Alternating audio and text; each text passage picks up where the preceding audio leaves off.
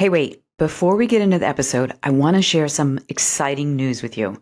My new book comes out September 30th, and it's called Less Lost: Finding and Being Yourself in the Wilds of Ordinary Life. It's part memoir, part field guide to being yourself in a world that keeps asking you to be someone else. And in it, I share stories from yoga sessions, motorcycle rides, encounters in nature, and even a run-in with the Dalai Lama. And every chapter pairs a story with an embodied practice or tool you can actually use in your own life, not to fix yourself or chase perfection, but to reclaim forgotten parts of who you are, stand in discomfort without disappearing, and belong to yourself without losing connection. Less Lost drops September 30th, and I can't wait for you to grab a copy for yourself and maybe one for a friend who could use the reminder you don't need to fix yourself. You just need to find your way back to being yourself. All right, now on to the show.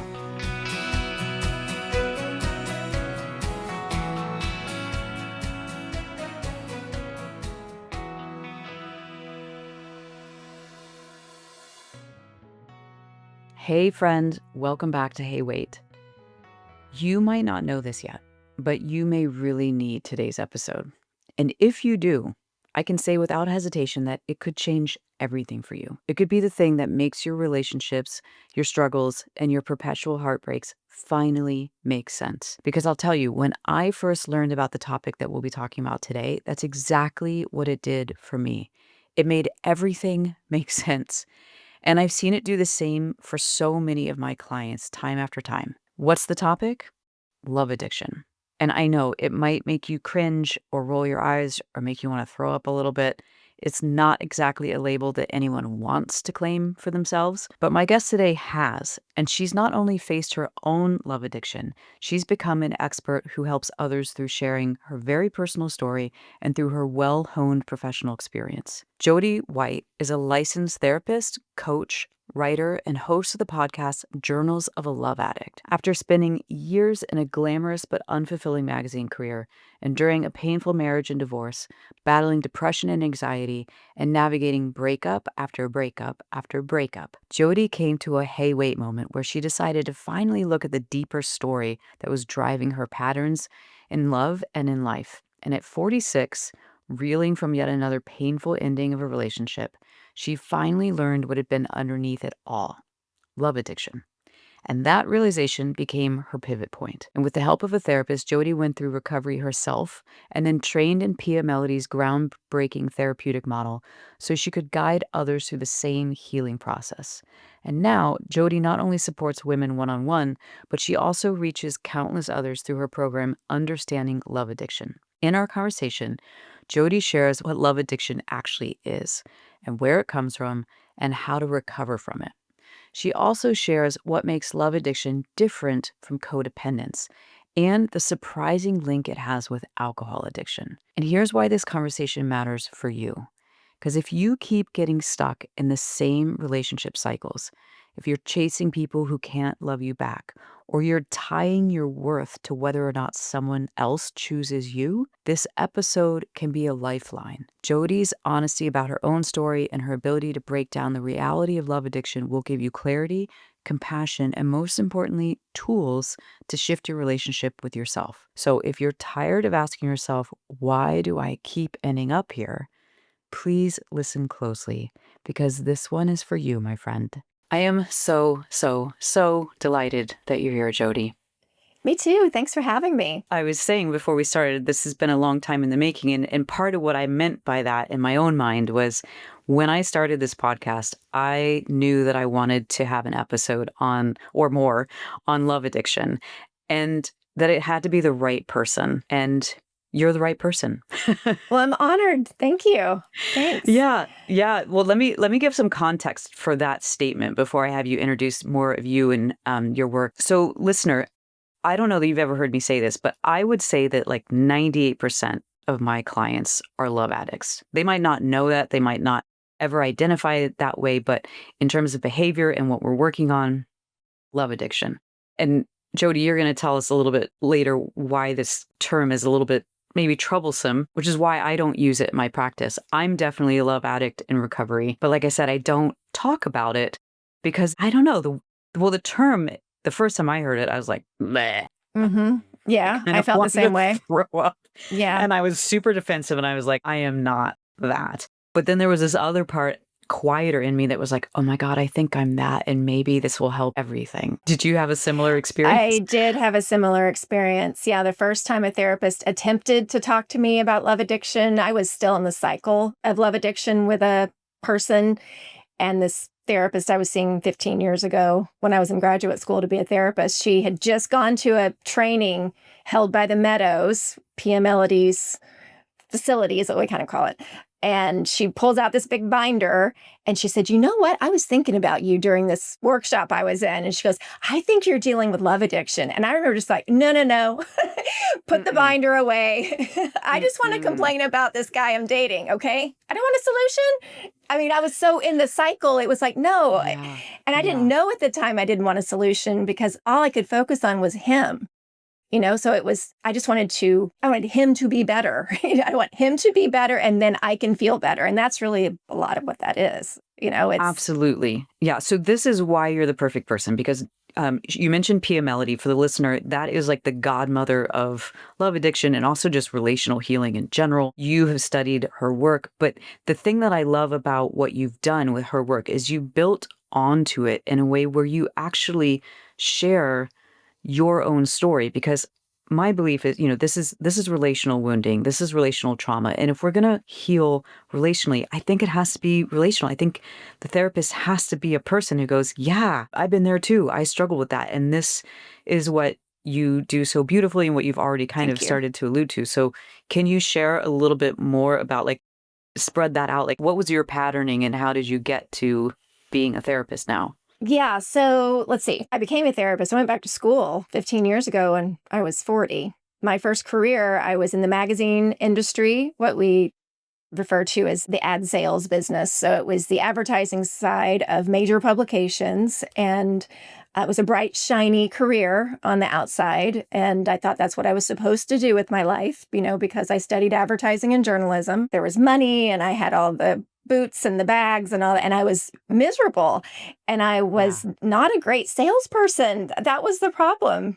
I really was not good at sales. And I know now it's because I was selling something that I didn't believe in. It did not line up with my value system. There was a lot of lying involved, really. You're kind of twisting the truth a little to get these big advertisers to buy your pages from your magazine. It's really like wheelie and dealy. It's wheelie dealy and smoke and mirrors. And there are people who are so good at it. And I'm way too much of a rule follower, I think, because it was like, okay, well, maybe this part isn't totally true, and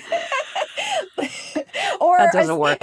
No, or a client would tell me hey, we don't have the budget. I'd be like, okay, they don't have the budget. What do you want me to do? Because that is reality. And so I know now, spending 16 years in that industry, no wonder, because it just did. There was so much incongruence, as on the outside, I looked the part, but inside, my soul was dying. And so I knew I wanted to work in the helping field. I had started therapy in my early 20s because of my very first addictive relationship, which I did not know was addictive at the time. I just knew I thought I was the problem, which I was part of the problem, but there was more to it.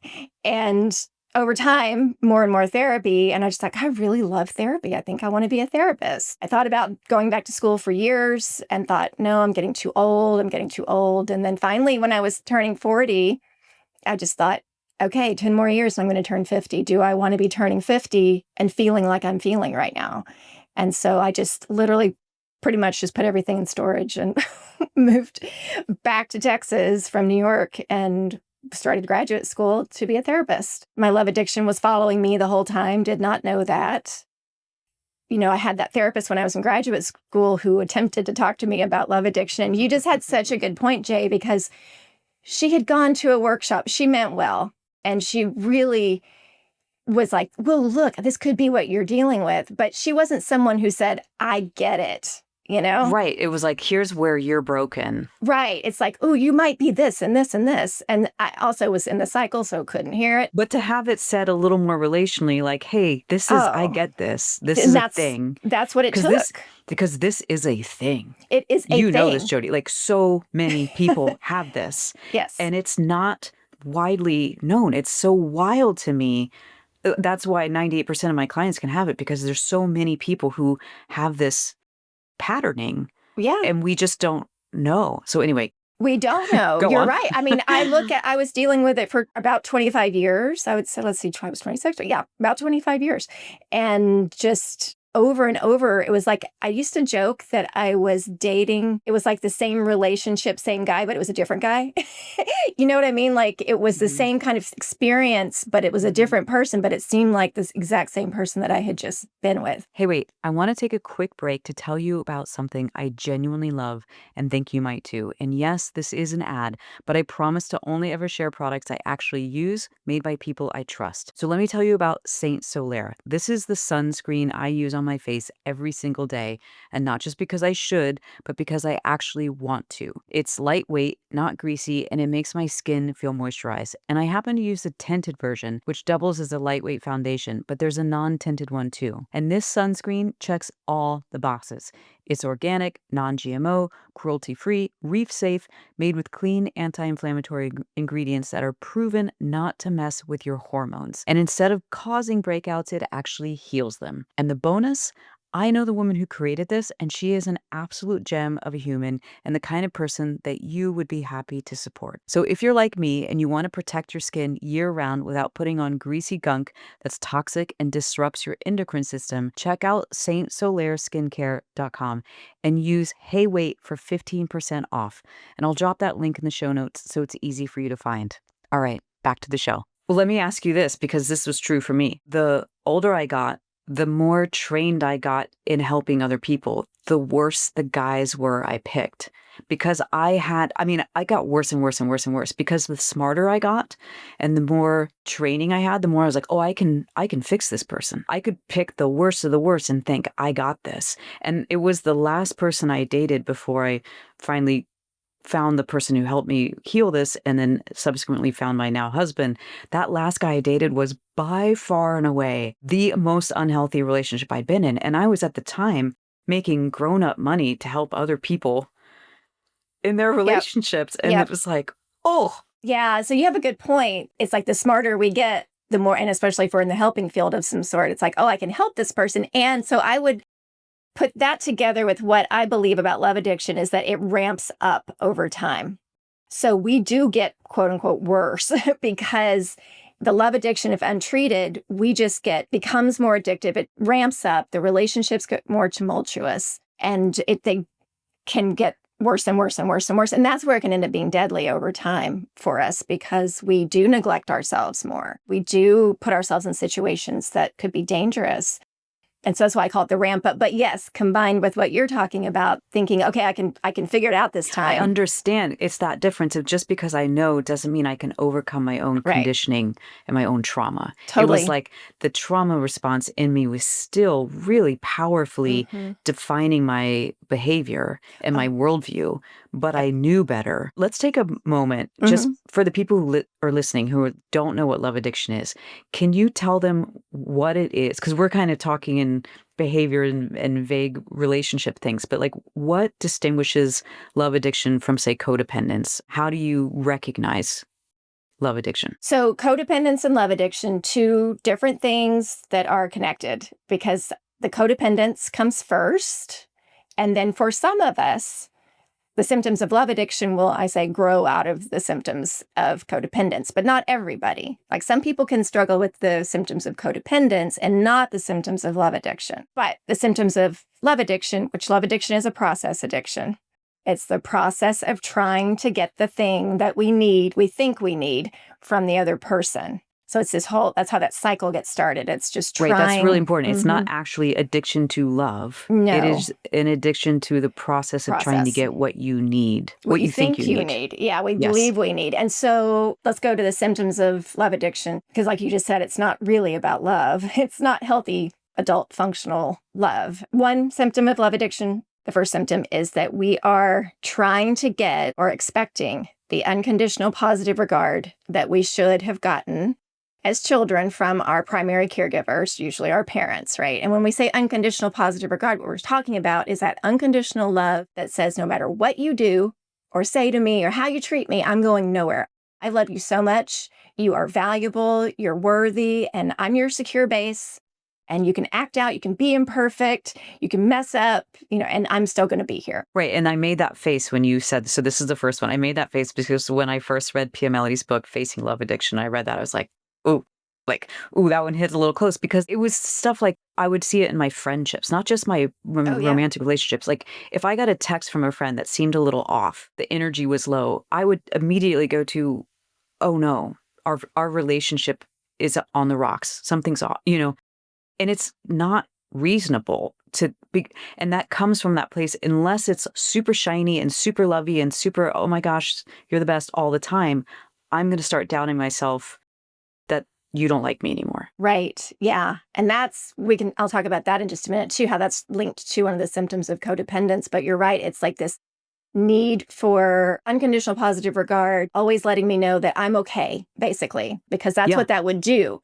Right. Because I can't affirm for myself, validate Right. for myself that I'm okay. I'm needing your reflection to let me know Right. that. Exactly. Okay, Yeah. so that's the first. That's the first Sorry. symptom. Yeah. Uh-huh. And the second symptom is that we assign too much value to the other person. So put them on a pedestal. And in doing that, where are we? We're lower, we're less than, we're not as valuable. And so, because the idea in recovery is we learn everyone is inherently valuable and everyone is equally valuable. I'm no less valuable. They are no more valuable, right? But in love addiction, we've got them like, they're so amazing. They're so valuable. And I'm just this little, I'll use my experience. I'm just this little girl. And here's this powerful man who's, got all the things and he's so smart and so this and so that. And a lot of times I'm actually attaching that to them as well, 100%. They don't have that necessarily. You're putting it on them. And then there's the validation that you must be in some way good because you have connection to this amazing person. Right. And so that goes back to, as long as they love me, then I will be safe in the world. I will feel valuable. I will be safe. It really comes to me, it's security and safety, because that's what that secure base in childhood would do. It helps you feel secure and safe, right? If you know that that's always there, you get to go out in the world and explore and know I'm loved by that primary attachment figure, right? Right. And I want you to talk more about that and where this comes from, how it's linked to developmental trauma. But maybe first the third one. The Do you want third to say symptom what of the love third addiction symptom is? is we neglect ourselves in the relationship. So we're so focused on trying to get the love that we think will help us feel more secure from this person that we think we love, but really we want them to love us, that we neglect ourselves. We move away from our foundation of self in order to overfunction over here in the relation. Oh, totally. Yes. Yeah. And, I'm imagining there's a person listening going, oh, it's that turning in your stomach where you're like, oh, I get this. But I also imagine there's someone listening going, yeah, this isn't really me because I don't do that in my romantic relationships. And so I think it's important to say, this isn't just romantic relationships. No, it's platonic relationships. It can be professional relationships. We can do this with our work. So we can be throwing ourselves into our work because we are trying to get that safety and security from the work that we're doing, right? And so we're overvaluing the company that we work for or the company we're building. And then we're also neglecting ourselves in the process of trying to create this sense of safety through the work that we're doing or the company we work for. Right. So there's always just this sense of I'm small, I'm less important. Anything that's going to validating for me or good for me is because of these external things. Right. So it's other esteeming. Instead of having the ability to self-esteem, so esteem from within, it's as long as I have this thing or that person's love or that person's validation, now I'm okay. And that's so fleeting, especially in love addiction, the relationships, right? You're get the constantly, hit. It's like you're looking for the next hit. The hit. Mm-hmm. Because it's the hit because it's like, okay, now I'm okay. I'm okay again. Until I'm not. So then let's talk about then how does this come to be? Because you were saying, it's codependency. Not everybody who's codependent becomes a love addict. So where does love addiction start? How do we develop that?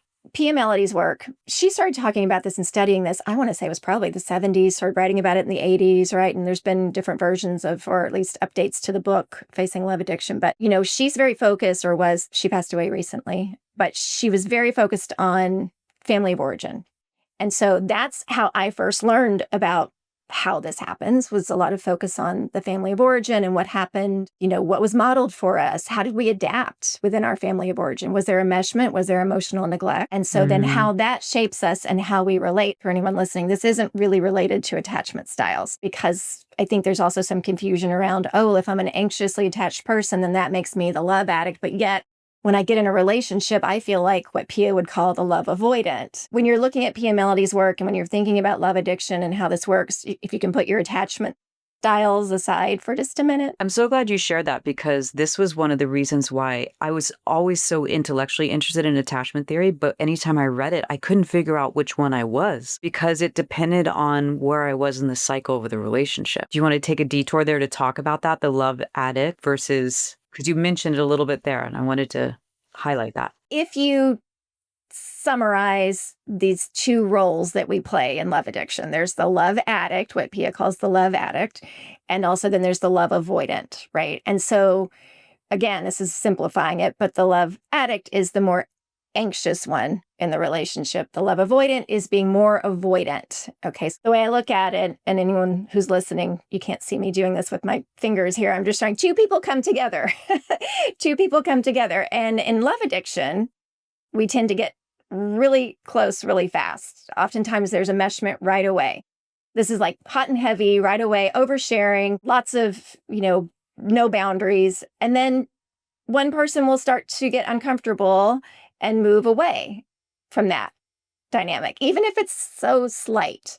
But the other person will pick up on that change and will start to become anxious and move toward the person who's moving away. The one moving away is the more love avoidant one, according to Pia's work, and then the one following and moving way away from please, come back. Exactly. And moving away from their Who do I foundation. need to be to make you stay? Right. How can I get you back to where we were when we were so hot and heavy and enmeshed and you were really into me? Because now you're moving away and I sense it and I feel it and it's making me think I've done something wrong, or, whatever's going on in our head and our body at that time. Love addict will oftentimes say, okay, I'm tired of this, or find somebody else to medicate with. And so they'll move back toward themselves, and the love avoidant will come back and say, hey, wait, come back. And this dance goes back and forth. And so really what happens is that we can play both roles. I definitely was love addict, love avoidant. I know in my 4-year textbook addictive relationship, the other person was love addict, love avoidant. I had one relationship where we were both playing the role of love addict. It was very intense. That's a very intense relationship, by the way. Yeah, because you're both in that glom. Oh my gosh. You complete me and you're holding me up and I'm holding you up. And it feels amazing. Like a high. Like It's you're high on drugs. all the time. I mean, and but it's not, it's precarious. And it can be exhausting. A lot. It can feel really exhausting. Sometimes you can be really depleted. And that was a very intense relationship for sure. You're talking about this kind of play the dance, where the tango, the tango that's just constant. There's the love addict goes after the love avoidant. When the love avoidant won't come, then they eventually give up and move away or find another person. The love avoidant now becomes the love addict. Yeah, it comes back. Like for you, what did that look like when you would switch to being the avoidant? Let's use the textbook, the 4-year on and off again textbook addictive relationship. When I would finally get tired of this situation, I would end it. And then I would go into, of course, it was withdrawal, which I didn't know it was withdrawal, really painful. And I wasn't someone who jumped into another relationship necessarily right away. I would because I think I'm just going to pull myself together. I'm going to go to the gym because I'd stopped going to the gym. I'd start eating better because I hadn't been eating well, get my finances in order. I mean, my life would fall apart, while I was in this addictive cycle with someone. On the outside, it looked like I was doing okay, probably, but I really wasn't. And so I'd pull myself together is what I used to call it. And then the person that I was in the relationship with, this on again, off again relationship, he would come back and say, usually the, hey, how are you doing? kind of text or something. Real or casual. yeah, or I was living in New York City and he would buzz my buzzer at 2 o'clock in the morning. So, and I would say, I'm not coming, I'm not doing this, not doing this. And then, of course, I'm getting a little bit of a hit from it because, of course, he came back. He knows how amazing I am. And then I would say, no, I'm not doing it. No, I'm not doing it. And that's when so much love bombing was taking place. He would try really, really hard. And then finally I'd say, okay, let's try this again. And then the whole cycle would start again, where he starts to pull away. And it just went on and on. So fascinating about it. And the thing that when I learned it, it was like, ooh, that whole cycle happens because you don't know how to have actual closeness. You don't know how to have intimacy. Like what you want, you're like, explain to me maybe how your childhood of experience of either enmeshment or neglect, because you spoke to that a little bit earlier, how that then creates this, I don't know how to have closeness, but I desire you to never leave me. Right. It's come close, but we think we want intimacy and really we're terrified of intimacy. I'm just going to speak again about my experience when I was in that 4-year relationship. I thought that's what we were doing. I thought this was intimacy and connection and it wasn't. It was intensity. And because as long as someone's moving away from you and you're having to perform and chase, there's no real connection there at all. But now I look back and think if he would have turned around in the cycle, during that cycle, if he would have turned around and said, hey, I'm here, I would have probably been like, whoa. What are you doing? Stop. Get back. Right. And the way that Pia Melody described this is both people are terrified of intimacy, of real connection, of being seen. And so it's like the more love avoidant person is terrified of being what she referred to as engulfed or trapped, because that person was, again, this is all textbook Pia Melody stuff, but the more love avoidant person was typically enmeshed in childhood. And so the enmeshment is where love means I have to do something. I have to take care of you, right? Whereas the more, again, according to Pia, someone who's more the love addict experienced the emotional neglect. We are trying to get it, because no one was ever coming toward us. So we're always having to go after it. I've learned that it's not necessarily that simple at all because I experienced enmeshment and emotional neglect. And I believe a lot of us have, because I think even the best parents, really great parents, mistakes are made. But also because we're not just talking about family of origin, even though that's Pia's focus, it's really you zoom out and we've got cultural messaging that plays a huge role because the culture also influences the family of origin. So. Right. This is all, and this is why I think love addiction is so widespread. So many people have it. It is this messaging, all these, the Disney movies and all the things. Like, can you speak to some of those overarching cultural messages that we get that then filter down through the family system and then filter down into our own nervous system? Yeah. So if we think about what affects or influences a family of origin, so religion, if the family is church going and there are religious beliefs, and that's cultural messaging, right? That can then influence how the family of origin operates with its children and the belief systems around relationships and what you're supposed to do, what you're not supposed to do, how you're supposed to behave, that kind of thing. So that's one part of it. If we also look at more like what we read, like fairy tales, I'm Gen X. And so from a very, very young age, I'm being read these happily ever after stories. That someone else makes the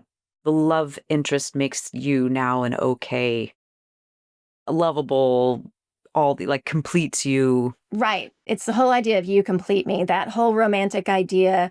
But also, I was 8 years old and I was fantasizing at night. I remember I couldn't wait to get in bed and I would lie there and I'd go soothe myself by fantasizing about Eric Estrada from Chips, and he was going to be my husband, and I was living in Hollywood, and I was in my mind I would decorate our home and what I was wearing. But what I realized once I got into recovery was that, oh my gosh, he wasn't actually even in the fantasy. He was peripheral. He was necessary, but it was about how I felt about myself I so get that. because he was my husband. Isn't that crazy that I put that together? It's not. It's I so, mean, I get it's it. just that. You're right. The fantasies I always had, now that that you say that, I can feel how it was like that person allowed for the projection of the whole rest of the scene in which I finally got to feel good because they were there, Mhm. but it didn't really matter that it was like, I liked my house and I liked the way I dressed. And I Yes. mean, it's Yes. so optics based, and it's so, yeah, it's that thing of my goodness, my value, my everything is because this other person exists close to me, but I don't necessarily want them close. Right. I just want that life. Right. I want that life, and they're necessary for me to have that. And that's the cultural messaging. So, messaging as in, okay, so girls, little girls, we learn we have to be good, we have to be sweet, we have to be like, especially Gen X, you need to go hug, your uncle, or whatever, go be nice, and that kind of thing, like be sweet, be giving, all that. But then also, part of the cultural messaging that we inherit is we have to be partnered in order to be valuable. It's so true. Part of that too is you must, especially these days, you have to be a mother in order to be Right. valuable as a woman. Someone has to want you, basically. And if you don't want that, there's something wrong about What's you. wrong with you? So that's to answer your question about how those cultural messages can influence us. And so then we don't know that as little girls. It's, the thing about the cultural messaging is we're swimming in it and we don't know it. And so then it's very deeply rooted. We're wired for it, basically. And so then it shows up in our relationships and we're like, wait. Well, no, that's it. I was just thinking as you were saying that, I was like, that's what Hey Wait is all about. Hey Wait is all about, like, there's all this conditioning that we have just imprinted into our cells and into our bones, and that impacts our behavior. And when you have the ability to say, hey, wait, this feels off, or there's something about this, and that's exactly what you just said. So talk about what recovery looks like then, because we talked about like how you get there, what it's like when you're there. What is the recovery process for love addiction? So I'll go back to how I learned about love addiction and my recovery process, and then talk a little bit about recovery in general. But so that initial therapist who told me about love addiction, I said, no, I don't want to ever hear that again. I was 40 years old. And then, Thank you, but no. yeah, thanks. But no, I just want to come in and complain about this guy I'm dating. Okay. And feel like crap the whole time. Fast forward, I was 46, 6 years later, and I had a breakup and I was in withdrawal. Didn't know I was in withdrawal. I just knew here I am again, feeling this way, same situation. And I started seeing a new therapist. I did not know she specialized in love addiction. I go in my first session. Within 20 minutes, I'm telling her what's going on. And she said, yeah, this is love addiction. Let me tell you what this is. And it was just this, it was as if I'd heard it for the first time, because I kind of forgot about hearing about it when I was 40, Sure. because I was in withdrawal and I could hear it. When you're in the cycle, it's so much harder because you're still holding out hope. You're still addicted. You're in the cycle. You're still on the drug. Yeah, you're on the drug. It's like, no, I don't know. No, thanks. I'm going to keep doing this. When this therapist, when I was 46 years old, I mean, it was just, she also said in that first session, she let me know she had been in recovery. She understands how this works. She trained with Pia Melody, and she gave me a copy of Facing Love Addiction to take home. And I just devoured it. It was just the biggest relief for me to realize there's a reason for all of this. And so recovery for me, I had to do 90 days, no contact with the person that I was still in the cycle with. Even though we'd broken up, I was in withdrawal. I was doing my thing, which was, let me get you back. Let me do all the things to try to get you back to where it was. And even though he had better boundaries pretty much anyone I'd ever dated, I worked really hard. I was really good at what I did. And by this point, 25 years in. So I communicated, I needed no contact. He respected that. And I went into painful withdrawal, very painful. And then started doing family of origin work with the therapist. And so for me, that's what my recovery looked like. If anyone, is looking at, well, what do I want? What should I expect in recovery? It's, if you're in the cycle with someone, they expect withdrawal or a detox period, right? But also first, you're going to need to get support, because having someone who understands, whether that's a therapist or a coach who gets it, a 12-step meeting. The thing about 12-step meetings, even for anyone who's listening and thinks, oh, I don't like 12-step meetings, it's hearing other people tell their story can be so validating and so soothing during that really difficult time to know that you're not alone. That's not just you. Yeah, because when you're in the cycle, it's internally chaotic. It's so wild. And just to sit and hear someone else tell the story can help you to see the insides in a way that calms. It just makes it go, it like organizes it some as opposed to just being like, Yeah. Well, all you the keep time. so much to yourself too. Because the thing about the love addiction, so love addiction is a process addiction. And so I like to divide it into love and addiction. And so we're not talking about healthy adult love. When I talk about love addiction, it's not so much I love you, it's I want you to love me. And so I'm going to do all these things to get you to love me. I'm going to work really, really, really hard. I was just talking to a new client this morning and she said, I don't think I've ever asked myself if I love someone that I'm with. I've just asked, do they love me? Or with new friends, do I actually like this person or do I like how they make me feel? That's unhealthy relating, but when you're in it, it just feels necessary. In love addiction, so it's not about the healthy love. You're in it. And it's usually, not always, but it's typically with someone who's going to do the dance with you. I mean, it takes more, it's two people that create this dynamic. And that's also the thing is I blamed myself for all those years. And now I look back and go, oh, every single one of them was in it with me, had their own part to play. So it takes two people. And that's, talking about that initial enmeshment, that's part of the dynamic that gets created. That the other way it can look initially is someone is clearly emotionally unavailable and we will still try to get them to be available. You're my person. You're the person. I will Yeah. get you. So we assign that value right away, right? And like Yeah. you and I were talking earlier, we assign all these other bells and whistles to them as well that makes them very attractive. And we get attached to that idea of them really fast. So we don't actually get to know the person and then decide, is this someone I want to be with? I've made you into someone who it's not so much I want to be with you, but I want to be with you enough. And you have enough value, or I've assigned this value to you that you loving me back is going to make me feel safe in the world. None of this is conscious. I mean, none of this is our rational, reasonable brain. You would change it. Right. Exactly.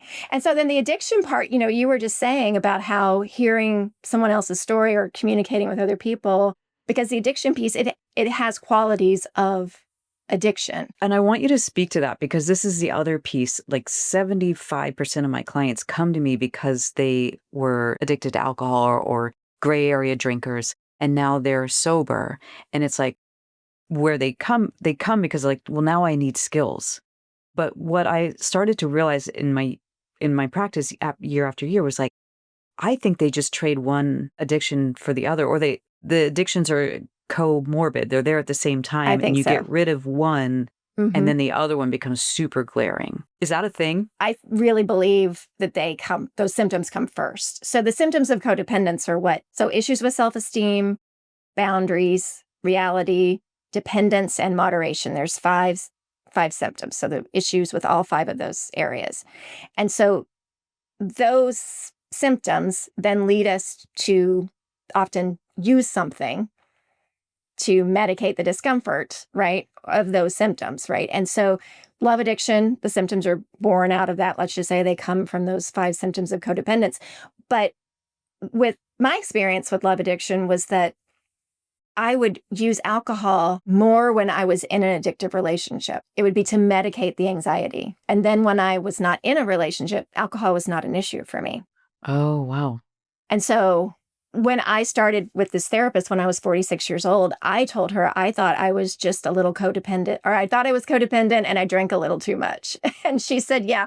She goes, well, there's definitely codependence there. If there's love addiction, there's codependence. She goes, I can just about guarantee you that when you start working on this, you will not want to use alcohol in the same way. And was that true? It's totally true. You had taken the anxiety out of the system and you didn't need... Not only the anxiety, but I had built a relationship with myself, which I had never had that before. Where you could self-soothe, where you could have self-validation, self-esteem, self-respect. Yeah, the ability to self-esteem, the ability to communicate boundaries, to communicate needs and wants, to identify needs and wants, Right. I mean, I couldn't even do that before. Own my reality, that's the biggest part of it, is to be able to, I know my reality now. Before it was I was farming out my reality. Someone else tell me who I am, tell me what I like, or tell me what you like, and then I'll like that. Could you speak more to that? Because I think this is one of the tools that you use of helping someone to own the 4 parts of their Yeah, reality. the 4 parts of reality. Yeah. Yeah, because I feel like this might be a good place if someone's listening going, "This is resonating with me. Where do I start?" Reality, there are 4 parts. You've got your physical reality, which is you're here in your body, right? And then you've got your feeling reality, your thinking reality, and then the reality of your behavior. And so the first step here is get in your body. Because let's say something happens. I'm going to use myself again in that 4-year addictive relationship. I would get dysregulated. He hadn't texted when he said he was going to text. That happened a lot. He'd say, I'll call you later. And then he doesn't call. It's bedtime. I've got to get to bed. He doesn't call. He doesn't text. He's not texting back. And I'm not sleeping and I'm dysregulated, right? And then I don't sleep, or I turn to alcohol and I drink, and then I behave in a way that I don't want to behave. If I could go back in time, it would be like, okay, I need to do something. I need to go for a walk. I need to eat some food probably because I would skip meals. So what can I do to take care of myself physically? Breathe, and the thing is, sitting still and meditating, that's not usually going to work in this case, but getting out, going for a walk, going to a park if you can, just something where you're getting out of, because I would sit in that spot on the couch and just ruminate and obsess, right? And then I'd want to pick up some wine and just medicate that. And I'd sit and I'd ruminate and obsess. And so getting in your body and also checking in, like, what's happening in my body right now? Being able to label it, like, do I feel tense? Where do I feel the tension? Because we spend so much time outside of ourselves in that situation. So that's one thing. What am I feeling? And then the X is, what is the story in my head right now? The story in my head is he doesn't love me anymore. The story in my head is this is going to fall apart. And so there's all these, I could be creating stories, right? That's the thinking reality. And then what's the emotional reality that's related to all of that? I'm feeling shame. I'm feeling guilt. I'm feeling scared. And so then we got to look at what's my behavior going to be? So based on all that information, I know I need to take care of myself, right? Well, I can see why this works is because, like you were saying, in the 3 traits of a love addict, you overvalue the other person as one of them, and you stop taking care of yourself when you're with them. So just these questions to ask yourself about the 4 different realities of your own experience, it's like that's you valuing you by doing that. It's like a tricky little way to be all of a sudden you've put yourself front and center. And it starts, I'm imagining in my body, it starts to like build you out, create some substance, create some size. So you become Jodi sized again. Right. Yeah. It inflates you. It reinflates you, Mhm. because it's like you're an empty balloon in these addictive relationships, or anytime you're burned out or depleted. Right. And so Yeah. the 4 parts of reality, going through that process is really, that's self-care. That's the kind of self-care it's like getting focused on what's happening in my body right now, what's happening in my mind, what thoughts am I having? And then emotionally, what's going on with me right now? And then that looked at before we choose our behavior. Because a lot of times what will happen is there's something that happens and then we react. And then we go, oh, I wish I hadn't. Regretting that later, right? But that's that pause. It's taking that pause, it's It's a, stepping hey, back. wait, It's the I hey, need wait. to, yeah. Right. I Yeah. need to be here with myself and Mm-hmm. check in on what I need. So what's different about your daily life now that you're in recovery? Well, it's been 9 years since I've experienced what I call a love addicted spiral, where it's just been the spiral down through the darkness. And that's amazing. I think of how many years I spent in that spiral, in and out of the spiral.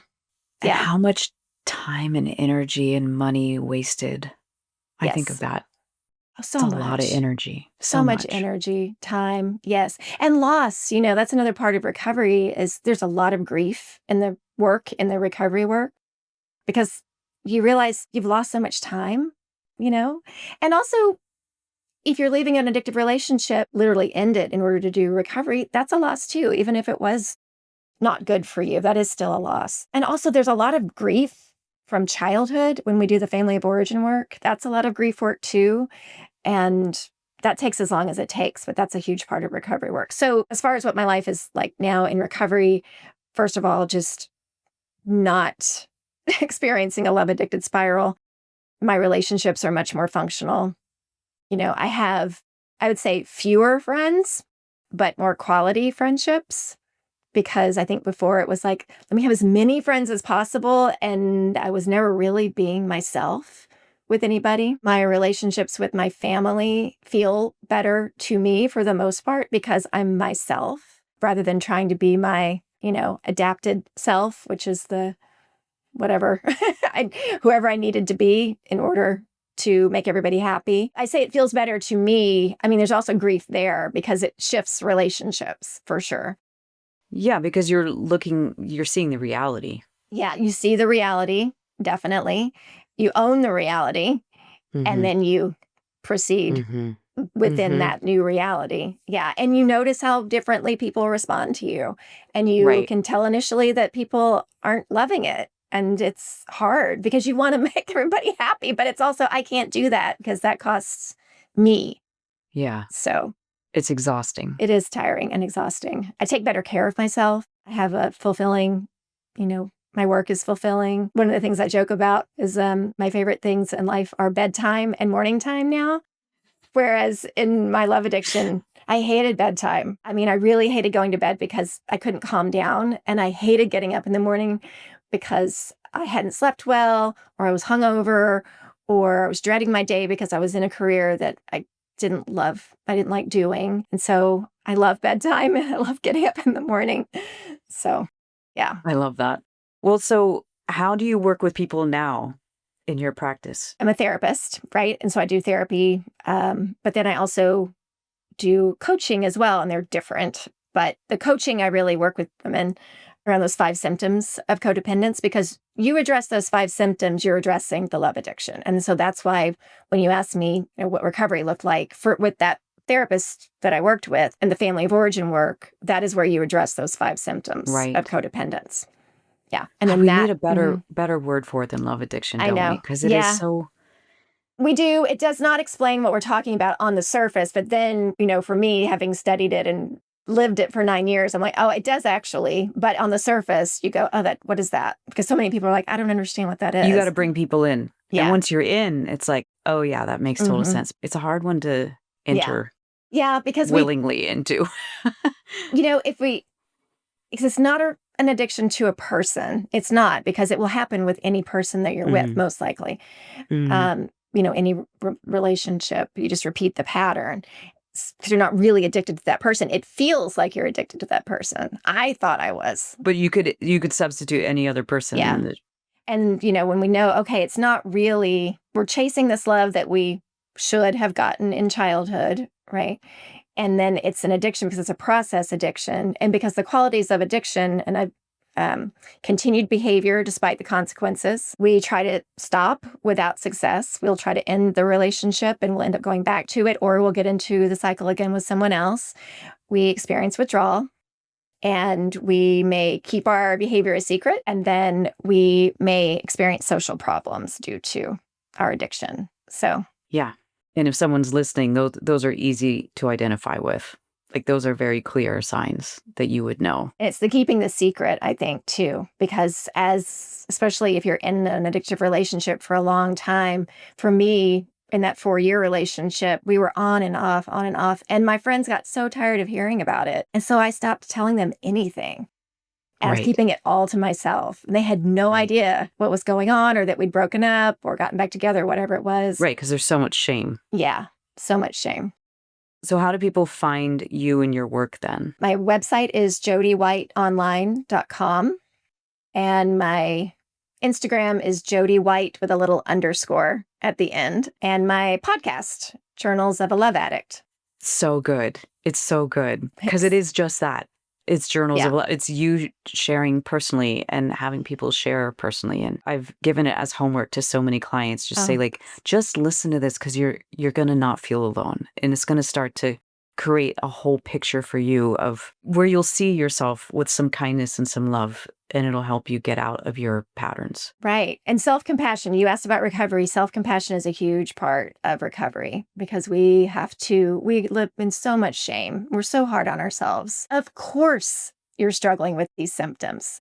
Of course. Of course. I mean, if more people talked about it, you would see how many of us are really struggling with it. Absolutely. Yeah. I 100% agree, which is why I'm so happy that you've come and that you've put this topic out there in such a way that's personal, but also giving the like, here's the intellectual part of it. Here's the research. Here's what it is. But like, this is a story that so many of us can identify with. Yeah, I agree. And one thing I'd like to add too is that you do not have to use the terms love addict or love avoidant. If that doesn't resonate with you, if you don't have to use those terms in order to start recovery or start addressing this. And you don't even, I always say, if you don't like the term love addiction, don't use the term love addiction. Just look at the symptoms. Just pay attention to those symptoms, focus on that. Agreed. So the last question I always ask everyone, and this is going to be right up your alley because this is what you literally help other people do. This part about how easy it is to lose yourself around another person. All those years spent, projecting onto the other person or putting your insides out into the world to make sure that they make them valuable. What do you do now in your life? A practice or a ritual, or something that helps you to stay with yourself when you're with someone else? It's really the four parts of reality. It's that exercise, and it's a practice. And it was so hard at first because it was so hard for me to take that pause. So it's a pause, right? And so I have to check in with myself first. And it's almost like I tell clients, it's like a canned response. You have a little piece of paper in your pocket, just pretend. And anytime something happens, pretend you're taking it out and look at it and says, how do I feel in my body right now? Because you have to check in with yourself first. And then, okay, also what's going on in my head? What am I thinking? Yes. What am I feeling emotionally? And then you take the time and you decide how you want to respond to something. But it also helps, as far as not over functioning, not over giving in that moment, because I guess another way I could answer your question would be, so it says 4 parts of reality, yes, but also I imagine a hula hoop around me. Everybody has their own hula hoop. And am I in my hula hoop right now? Because so often I would be in someone else's hula hoop with them. Yes. Yeah. So, yeah. Right. I always end every show by saying your insides matter and the right people can meet you there. So stay with yourself. And it's that like, I'm going to stay in my reality, because this is part of, I think, the fundamental healing is believing that you could live in a universe where someone would enter your reality, where someone would care about your reality, where someone would say, oh, look at your hula hoop. You're amazing. Yeah. As opposed to being like, come over to my hula hoop because this is where I feel good. Right. And also learning to relate when each person is in their own hula hoop, that you can actually have a relationship like that, because in your hula hoop is where your reality is, and that's where their reality is. And then you can also be like, oh, look, like you're saying, look at your reality. Cool. Yes. Yes. This, if you weren't watching, listener, I was like throwing my arms up in the air, like, yes, yes, yes. Yeah, I love that. To imagine your own little hula hoop. So to the person listening right now, we can all practice it in this moment. You're in your own little hula hoop. You get to have your own experience of your body right now, of your physicality, of your breath, of your emotions, what you're thinking. And you get to choose what you do after you listen to this podcast. If it changes a behavior, I actually think, and Jodi, I think you would agree with me here, anything about what Jodi shared resonated with you, a great place to start is Pia Melody's book, Facing Love Addiction. I also would say start listening to Jodi's podcast, because I just think Journals of a Love Addict, it's a really great place to start to recognize yourself and not feel alone. And that's so important. Thank you so, so, so very much, Jodi. I really, really appreciated it. Thanks for having me. Thank you so much, listener, for being here today. I hope something in today's episode resonated with you and helps you to have a better experience of yourself in your life and your relationships because you really do deserve that. And if someone came to mind while you were listening today, would you take a moment and share this episode with them right now? And if you have an extra minute and you haven't yet, could you please leave a review for Hey Wait? Because both of those things help new people find the show. And it means a lot to me to be able to reach and connect with new people around this work. And with that, if you have an idea for someone you want me to interview, or a topic you want me to cover, or a question you have, feel free to reach out to me at Hey Wait with Jay on Instagram. Hey Wait is produced by Scuff Studio, and the original music is by Dalton Grant. And hey wait, before we go, I want to remind you, as always, that your insides matter and the right people will meet you there. So stay with yourself, and I'll see you next time.